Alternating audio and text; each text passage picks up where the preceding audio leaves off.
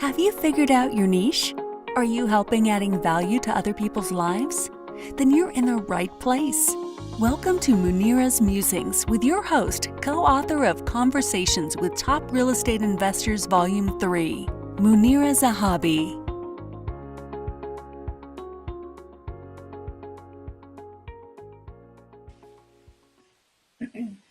Greetings from Chicagoland. This is Munira, the niche navigator, calling from Chicago. My guest here is Carlos, and he is going to share a lot of wisdom about the brain.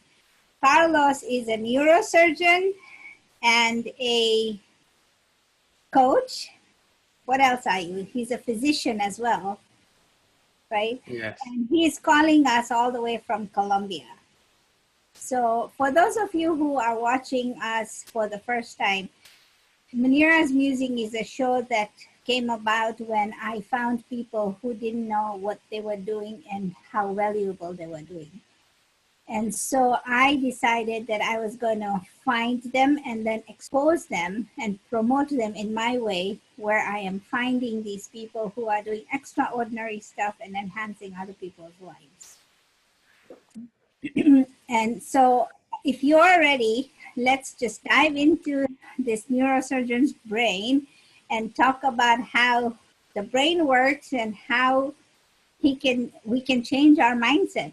So hi, Carlos. Hi, Munira. Thanks for having me.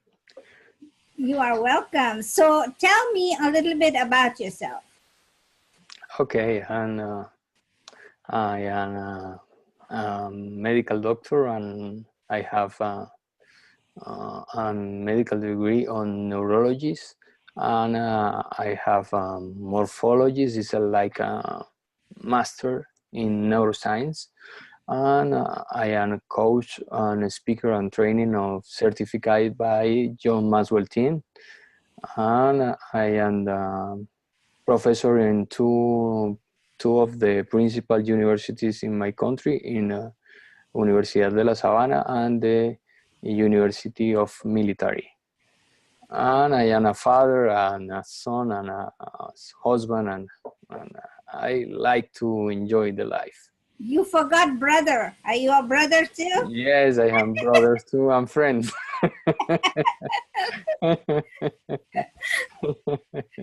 You're right.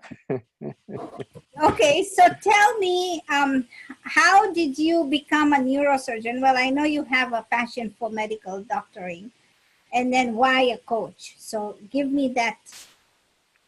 Oh, okay.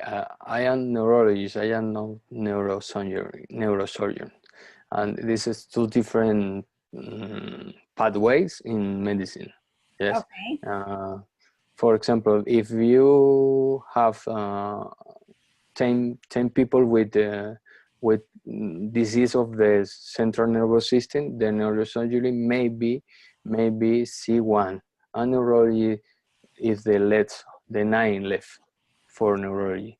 And neurology is like the neuroscience of disease, but morphology is the neuroscience of life. I really like both, but maybe I like so much the neuroscience of life. Yes, how your brain function and how you can change and how you can use and how you can manage it. Okay. So how did you get into this field, and how did you find your niche? Okay. I don't know if is my only niche. I think I have maybe two niche or three. But when I was a little boy, around 7 years, I imagined how I could change the world and I could cure some disease.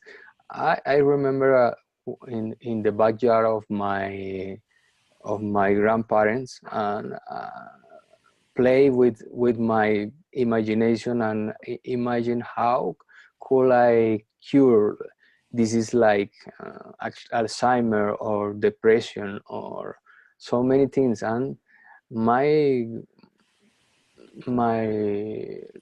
grandfather was a nurse and mechanic.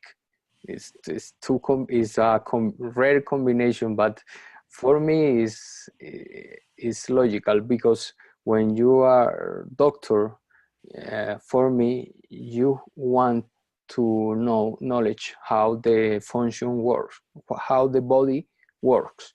Yes, and you can explore all parts of body. When I was to made morphology, I was dissecting cut under the skin of the body and see all the internal organs. And always I was very curious, very uh, uh, not quiet child.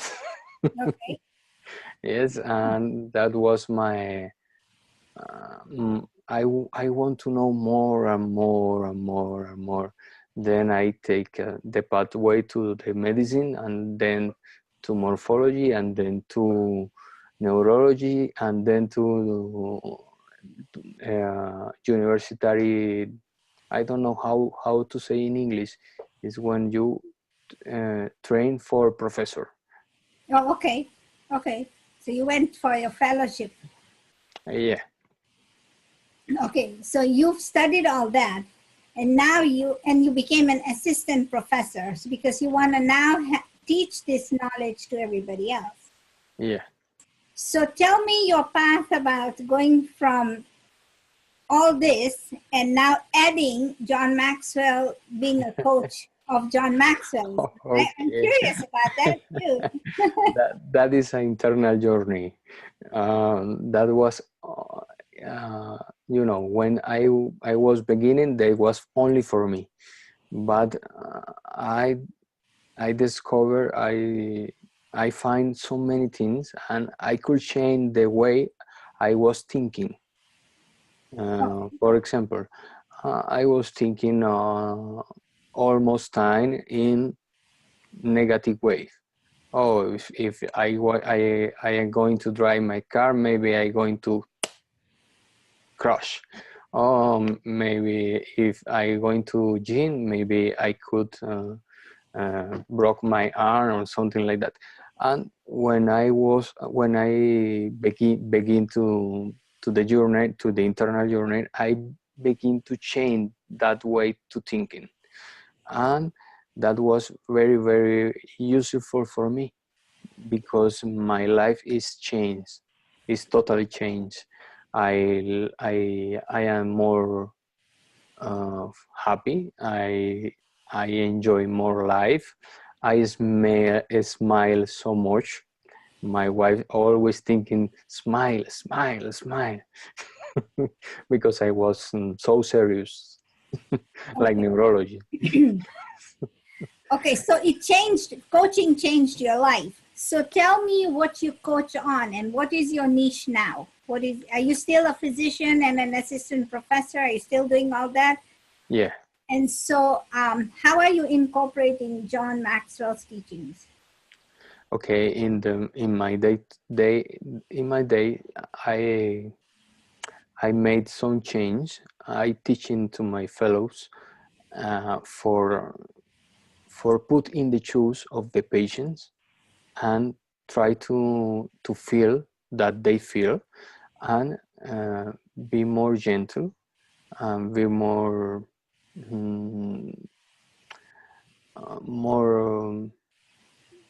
engaged, maybe. And this made that my consult changed a lot.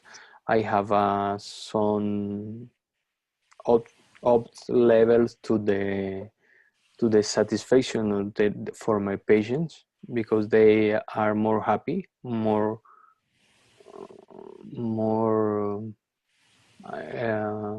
they feel more relaxed. Yes. Okay. And the training, all the training I give today, they are so better. with the same drugs that my old colleagues used to, only for upgrade or to my communication with him when they. Oh, okay. Okay, I see what you're saying. So let me just repeat what you're saying. You're saying that because of this training, you are now more confident. You can, your patients are more confident. They're happier, and then your communication skills are better between you and your patients. Yes, the last you said is the most important now for me. Change the way the doctor communicate with patients. Change the doctor how the way the doctor communicates with the world, and change the way the doctor communicates with itself. Okay. No, that's awesome. So are you teaching these techniques to your fellow physicians? Yeah. Okay, so you're a coach for the physicians. Yes, and I coach for the patient too. Okay, awesome. So how does your teaching help? I mean, you told me earlier that it changes the mindset. So talk about that. How do you change that mindset? We all have limited beliefs, right? I can't, and like you said, if I sit in the car, I'm going to have an accident. You always think negative. How do you wash that out? Yes, that was a process. There is not a final line. That is a process. It's a life process. But when you start, the first thing I recommend to do is when you wake up, before get up to the bed, you must thanks to God, universe, anyone, anybody, but always give thanks. Thanks for you stay alive, thanks for you can move, thanks for you can see, thanks for you can hear. And it's amazing, Munira, because we have in the brain one structure, the prefrontal cortex, and the prefrontal cortex get on when you do that. Is the only way. Meditation, praise, or be positive. And this structure, the prefrontal cortex, have the possibility to change all the brain. Is the only structure that could change that, could make that. Is that right here? Yeah, it's right here. Okay. So you're saying that with meditation and with being grateful and thankful, we can change our whole system just by doing that. Now, how often should we do that? Just every morning or throughout the day? Every morning, for a start, every morning. Okay. Yes, but when you remember, give thanks. Okay. During all day, because we have a three parts of the brain. I assure you, all the people that are here for that. Is three parts: the reptilian brain, the emotional brain, and the rational brain. But the rational brain is only 1%. Okay. And the rational brain is the less important. Yes, because we all stay on reptilian or on emotional, and reptilian and emotional dictate what kind the body you have, what kind of disease you get. Okay. No, that's important. Yes. Yeah. Wait, you said something. You said what kind of disease you get. So how do you, I mean, these people who are dying with cancer and diabetes and high blood pressure, how do you fix that? Oh, the brain could fix everything, because the brain is the main board. Yes, and the brain could change everything. The brain sends the order to the other organs in the body. The brains could get the order to your hair and said, hey, or say, sorry, lower your rate to 40. Increase your rate to 121. And the hair do it. The hair don't question. It's the same Okay, for the so liver. this is the command center, right? Yeah, yeah. So that's what you're saying. That when it tells the heart to do something or any of the body parts, so how does one then think about not getting sick? Or if they have diabetes or if they have cancer, how do they think about removing this disease? Okay, the for a start is the you could put the idea that you are feel good.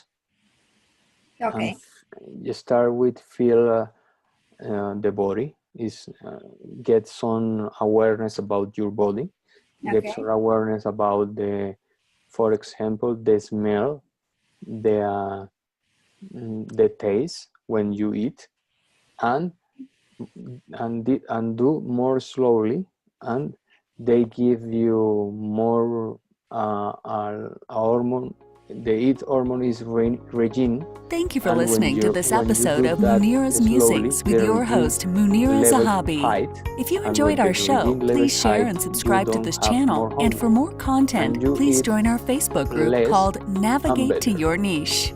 And this send the signal to the suprarenal glands, that is, and pancreas, that is the organ for diabetes, and they do, okay, you are giving me all that I need, and I don't need make preservation like yeah, adipose tissues, and you start to burn these adipose tissues. Yes, and you start to healing. You start to be more healthy. Okay. Okay. So so what you're saying basically is be positive and make the affirmations that you are healthy. And once you start that, everything from the mind will convert into your body. Yes, but before that, I have worked with you, with the patient, and find together what is the reason for he or she get diabetes. See, for why, because it's so amazing. Every person have their have a wife. It's different for all. Okay. Yes, for example, one patient could get diabetes because the adipose tissues feel like an arm, a protector and shield for he or she. Okay. Yes, and the root of this feeling is fear to get hurt. Oh, okay, okay, I see.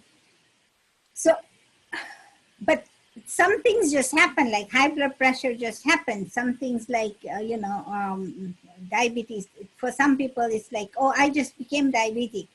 Then how do you ask them of 7 layers of why as to why?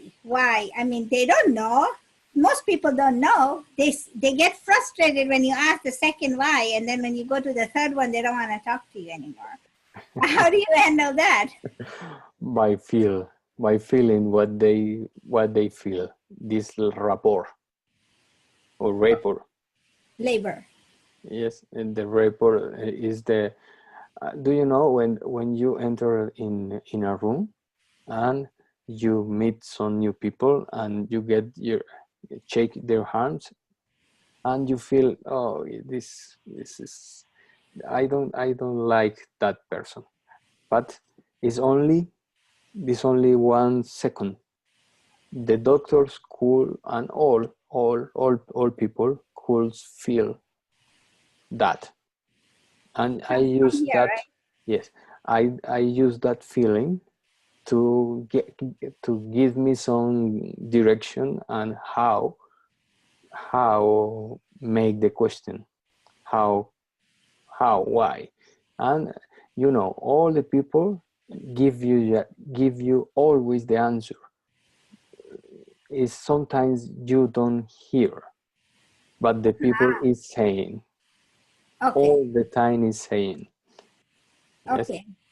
For example, I start to feel bad with my grandchildren fall up and to the playground when I watch in my watch. And okay, you could start making question about that, and maybe you find that this person when was a child have a little accident in the playground too.